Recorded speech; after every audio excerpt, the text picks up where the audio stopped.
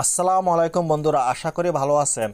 আপনাদের সাথে আলোচনা করব মুরগির বিভিন্ন রোগ চেনার উপায় সম্পর্কে। আজকে হচ্ছে দ্বিতীয় পর্ব। গতকাল প্রথম পর্ব আপলোড করেছিলাম। পর্বটি আলোচনাটি বড় হওয়ার কারণে আপনাদের সামনে পর্ব আকার উপস্থাপন করতেছি। আজকে হচ্ছে দ্বিতীয় পর্ব, রোগ চেনার উপায় সম্পর্কে আজকের দ্বিতীয় পর্ব। আজকে আপনাদের সাথে আলোচনা করব গাম্বুরা রোগ কিভাবে চিনবেন। গাম্বুরা রোগ আপনারা কিভাবে চিনবেন?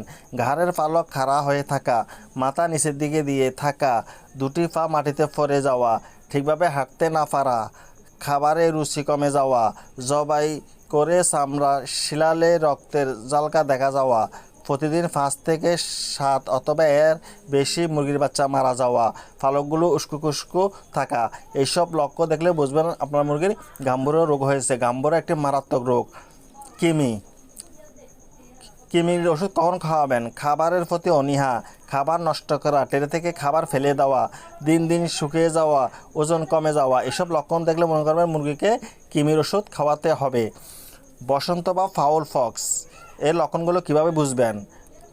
ঠোঁটে গুটি ওঠা, ঠোঁটে গুটি হওয়া, মাথায় গুটি হওয়া, মাথার ঝুঁটিতে গুটি হওয়া, এসব লক্ষণ দেখলে মনে করবেন যে মুরগির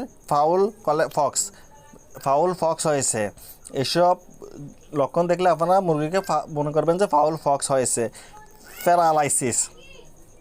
প্যারালাইসিস হলে আপনারা কীভাবে বুঝবেন?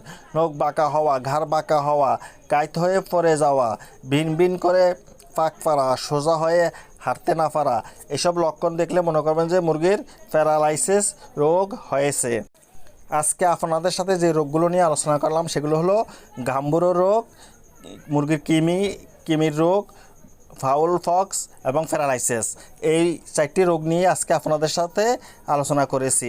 এই 4টি রোগে খুবই মারাত্মক রোগ। এগুলো আপনারা ভালো করে বুঝতে হবে, রোগগুলো চিনতে হবে। রোগগুলো না চিনলে আপনারা ঠিকভাবে চিকিৎসা করতে পারবেন না। আপনারা যদি রোগ চিনতে পারেন তাহলে সহজেই চিকিৎসা করতে পারবেন।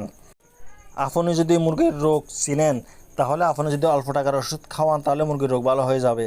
আর আপনি যদি মুরগির রোগ না চিনেন তাহলে আপনি অনেক বেশি টাকার, অনেক দামি টাকার ওষুধ খাওয়ালেও আপনার মুরগির রোগ ভালো হবে না। তাই মুরগির রোগ অবশ্যই চিনতে হবে।